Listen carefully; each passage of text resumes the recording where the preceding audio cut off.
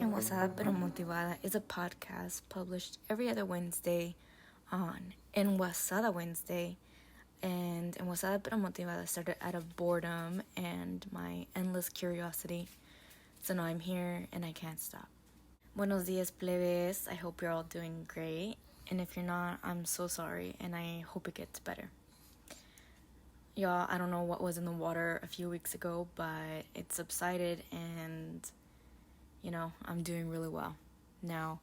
And just as a side note, I began taking Adderall, ADHD medication, and damn, it's working like really, really, really, really well.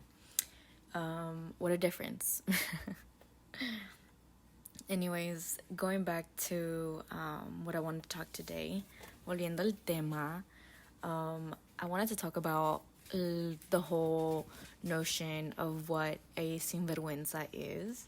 And y'all, I don't know how many times I have been called a sinvergüenza or someone has thrown an indirecta at me and shamed me for just living my life. And, the long-term consequences of allowing this word or these words or these labels to have over me have really caused a lot of sadness in my life. So just briefly, who is a sinvergüenza? Or what does that word even mean? So sinvergüenza literally means without shame. Sin is without, vergüenza is shame. So if I would use it in a sentence, it would be like, ay, mírala a esa sinvergüenza, no le da pena vestir así? Or like, look at her, wow, she has like no shame. The feeling that I can associate, or a scenario that I can associate this word with is like, it's like when you dress up and you feel so confident and so pretty and so sexy, and then you walk into a room and you start getting all these looks up and down, and you hear people like whispering or just making comments, and people are giving you Fuji face, and it's just that feeling of like, damn, like I am not a correct person, and it's really an unfortunate situation to be in, to be made to feel like a sinvergüenza or to be called one, or any words that are associated with this label. And so sinvergüenza is a term tossed at people or persons who go against what the culture or society that we live in deem correct or moral. And what is moral and what is correct is really going to vary on where you are, who you are, the time period and everything like that. But over the course of years, it's always been just a tool to like make people feel like they are wrong for expressing themselves in a way that is perfectly fine for them, but just it doesn't work for the society they live in.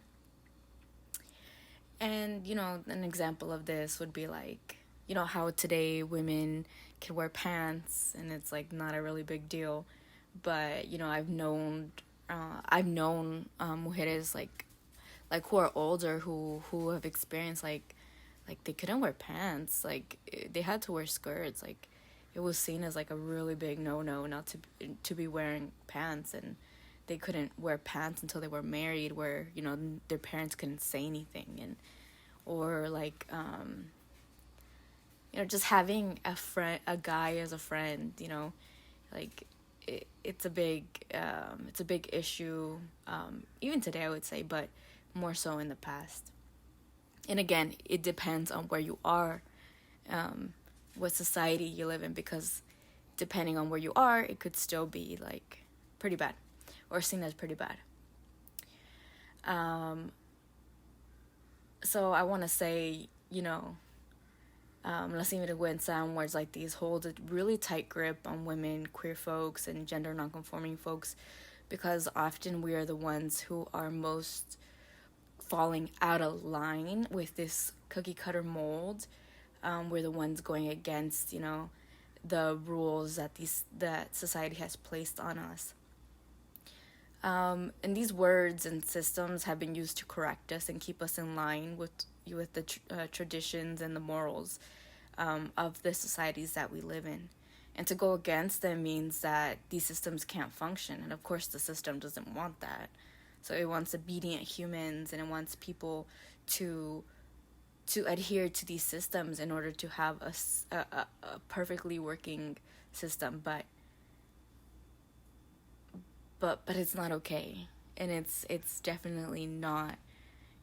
It's soul sucking, and to have freedom from the system is a threat to that very system. So when it comes to my personal experience with this word, I relate it back to understanding as a child that I shouldn't dress in a revealing way. And what does a child really have? Why does a child even have to even think like this? I knew growing up that I could not dress in a quote unquote inappropriate way, and that for me meant like I couldn't wear spaghetti straps, because if I showed my shoulders, and I was a pretty curvy person to begin with, like since I was young, and I started developing pretty early on. So, I couldn't show my body since I was a child, and that carries on to now. Like I hate showing my shoulders, or if I wear too tight of clothes, which is like honestly my favorite, because I have a nice butt and I have nice curves, but I always feel like I have to wear something big to like hide my curves, or just wear the same outfits because I'm too scared to venture off, because if I venture off, then I'm seen as like fool of myself because I'm putting too much effort into my. I'll take a pause there because I'm going off on a tangent.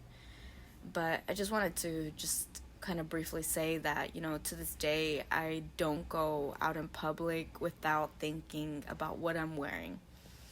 And part of this is an internalized fat phobia that I have of myself, and, the misogyny that I internalized and I learned from others. And I have used the term sin vergüenza against myself. And that to me is like really, really sad. And to dress up and feel confident and dare to feel good is something that I learned that is conceited and flashy, and how dare I? How dare I do that? And how dare I enjoy it shamelessly? For me, learning, growing up, I had to be a good girl. I had to be somebody who was pretty but not too pretty. I had to wear makeup but not too much. I had to dress up and be presentable but not overly sexual or not overly overdressed. I learned that the best thing for me would be to be subservient and just adhere to the roles that I was being placed in. All of this to say, those terms, those labels like sinvergüenza and creída and vanidosa, vain, or conceited, like all of those are just labels that are put on us to really just control the way that we feel about ourselves on a daily basis. And I want to also give another example, a little bit more personal, but I'm going to keep it vague because I don't really want to go into it a lot. Also because like I've really healed from this situation, and I don't want to think that I don't want to be like throwing anyone under the bus, right? So there was a period of my life where, I was shamed aggressively for having, dating somebody and having a sexual relationship without being married. And I was considered a sinvergüenza because I decided on my own that I wanted to have, a sexual relationship with a person. And of course, I was raised in a Mexican Catholic traditional culture, and it was seen as unacceptable. I was tainted. I was a sinvergüenza, quite literally. And what I learned from the way that I was treated during this time was that I was wrong for thinking about sex. I was wrong for wanting sex. I was wrong for even dating, having a guy sitting next to me. I was wrong for not being married. I don't even know how old I was, like 19, 20. And I wasn't married. How dare I not be married? And these labels were pushed on me in so many ways. I was reprimanded with, really violent words. I had lack of support from people that were supposed to love me unconditionally. There was a lot of lack of understanding of who I was and what I wanted. So much so that there were threats. I'll keep it vague, but there were threats. And, I eventually began to submit into this system and really just started going against myself. Through this process of shaming me, curiously enough, I was labeled like shameless, but for knowing what I want. But curiously, like through the process of actually shaming me, I went against myself, and eventually I began dating said individual because it was wrong otherwise. It was seen as wrong. Eventually, you can't really start a relationship by being shamed into it from various people and situations, right? So of course this was, I don't have to really go into it to let you know, like, it was not a good relationship. It was a very committed relationship, but it was not one that I wanted to be committed to. And so, while that's not necessarily the point, I also want to note that this situation was really difficult for me, because the morals and the systems and the labels placed on me really, really, really really made me numb and super, super, super, super depressed. And during this period, I was so disconnected from myself. And if I could give you like a visual of how I felt, it was, it's like that feeling when you get, like when you go swimming or you're in the shower and you get water in your ear and you hear, you can't hear right. It feels like you have someone like, te están tapando los oídos, like your ears are like covered up, and it sounds like really weird, and it just feels otherworldly. You don't feel right. Another example is like having a brain and having a heart, but someone just removing your soul. Like, you're just blank. You're a robot, and it's a really sad feeling, honestly. And I also want to say, I want to mention that, some of us, or those that, put these labels on us and really press us to go against ourselves and adhere to these rules, are often also victims of these very words. Como matas mueres, and I know that means like something very different, but I want to relate it to like how you harm others is also how you are harmed. We learn these rules, and we use it against ourselves, and we use it against others. So we are often also the victims of these words. And while it doesn't excuse the actions of those who do this to us, or doesn't excuse our actions when we do it against others, it does allow us to see the bigger picture. Like, for example, all the examples of my personal experiences, like, while those decisions were my own and I take responsibility for those decisions, I can't lie and say there was like no external factors from being pushed into doing things that were not okay for me. I ended up in a relationship, in a marriage. If you guys didn't know, a marriage with someone I did not feel loved or safe with, just to adhere to some role that I needed to play a part in. And going back to my original point is like, a pope has no control over me. A church has no control over me. Like, a priest won't go to me and say, like, you can't do this. Like, that doesn't faze me.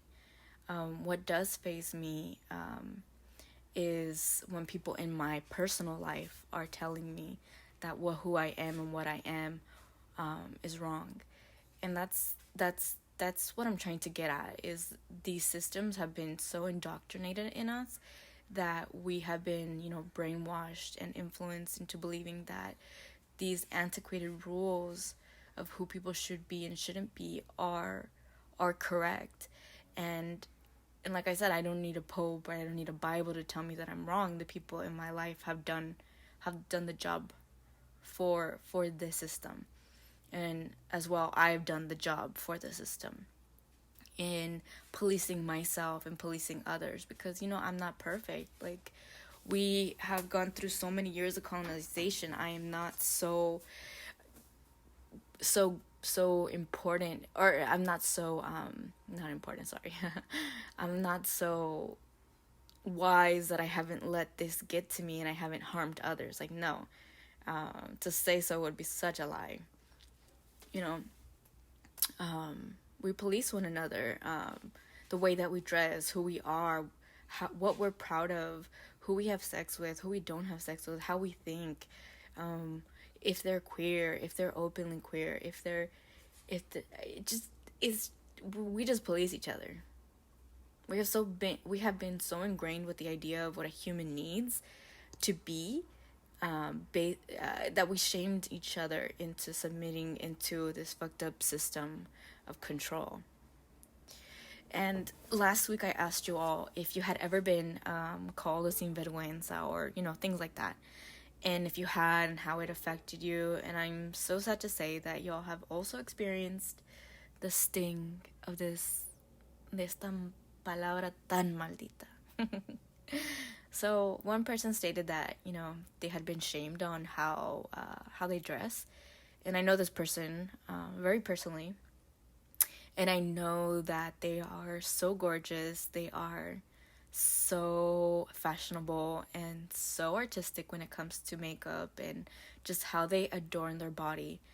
And, they don't really give a fuck about, the rules. They're being themselves, like, very uniquely. And despite their boldness and courage to exist as they are, they get shit on. They get looks. I know this person, and their high school experience and was just like always getting picked on for being very beautiful. And I don't mean beautiful in like all the traditional senses, although they are very beautiful in that way too. I mean it in like just the way that they carry themselves. Like, people are very threatened by someone that carries themselves in such a gorgeous, confident way. And somebody else also replied and said, like, that the way that this term and how this, these rules have been laid out have affected, the way that they dress and how they look, and it's so depressing. And I can relate to that one especially a lot. It's so limiting. And it just goes to show, like, no matter if you choose to express yourself or don't express yourself, the only one that loses is ourselves. I know many who have lived their life living by these rules, and like, they're so bitter and they're so sad, and they in turn project these labels on others so freely. And it's so sad, because I know that a lot of women do this to each other. And sometimes we don't even need a man to say, like, ew, don't dress like that, because we as women are doing it to each other already. Like, we're doing the job for them. And really, it's just because we, like I said, like we're all the victim and also the made, like an aggressor, I guess. And I know that there's like a lot of nuance to that, which I won't unpack today because that's not the point of today. But my point being that these words and these labels are really just a form of controlling us. You know, so many women, queer and gender non-conforming folks have been the punching bag of this system. We are the scapegoats of this system. You know, it's really unfortunate because we are being shamed into being something that we're not, when we benefit the world by being ourselves. The world shames those who dares to defy and dares to live their life according to their own standards versus, you know, whatever the system tells us that we have to do. Like, we are not wrong. We're just so fucking powerful and know ourselves that we don't care. And the fact that people shame us for that, that's not okay. And I want to say just a few words if for anybody that needs it. And I'm going to say it in the past tense, but I know that there's a lot of people that are going through this right now. And of course, we're going to go through this in the future. Hopefully not, but you know, life is not always the best. So I want to say a few words and hopefully they help you break free from the power that these words like sinvergüenza and creída and stuff like that have on us. And I hope that those who use these words and use this as a form of control, you know, break free from it as well, because it is harming them in the end. I want to say that we have so much power. And so I'll say a few words now, okay? I want to say, well, sinvergüenzas are amazing. We have found ourselves instinctually, and despite all rules, we go against what does not serve us. We're so powerful and we are so free. We do what others are afraid to do, and we do it boldly. We show others and we teach others what is possible when we release ourselves from these labels. You were not wrong for expressing yourself. You were not wrong for being yourself. You are not wrong for adorning your body in a way that makes you feel confident. You are not wrong for deciding who to be with or knowing who you don't want to be with. You are not wrong for following your instincts, following your heart. You are not wrong for exploring who you are. You're not wrong for wanting to do something that goes against your traditions or your culture. You're not wrong for going against your guardians, your parents, authority figures in your life. You are not wrong for going against whatever group, social group you're in, because you know what's right for you. And for those who, you know, are still going through this, maybe they don't have the space where they can bloom. You know, I hope that one day you find a place where you can actually bloom the way that you're meant to. And I want to recommend a couple things. For moments where you just feel so disempowered from yourself, listen to some music that just empowers you and gives you the the strength to be yourself. Reconnect with yourself, write to yourself, read some books that make you feel good, watch some movies that make you feel more connected to yourself. And I recommend, of course, the book Women Who Run with Wolves. It's such a good book. I really recommend it, and you'll know why once you read it. And I also want to say that I hope that those who need to learn this find the strength to listen to their inner voice. I hope for those who lost their voice find a way back, and realize, that sin vergüenza is just another form of control. And with that, I will leave you all with a playlist, a playlist that I call the Audacity, because a lot of us have the audacity to be who we are, or the audacity to want to be who we are, whatever. So this playlist is just like a short little playlist, just some music that makes me feel like really good and really powerful.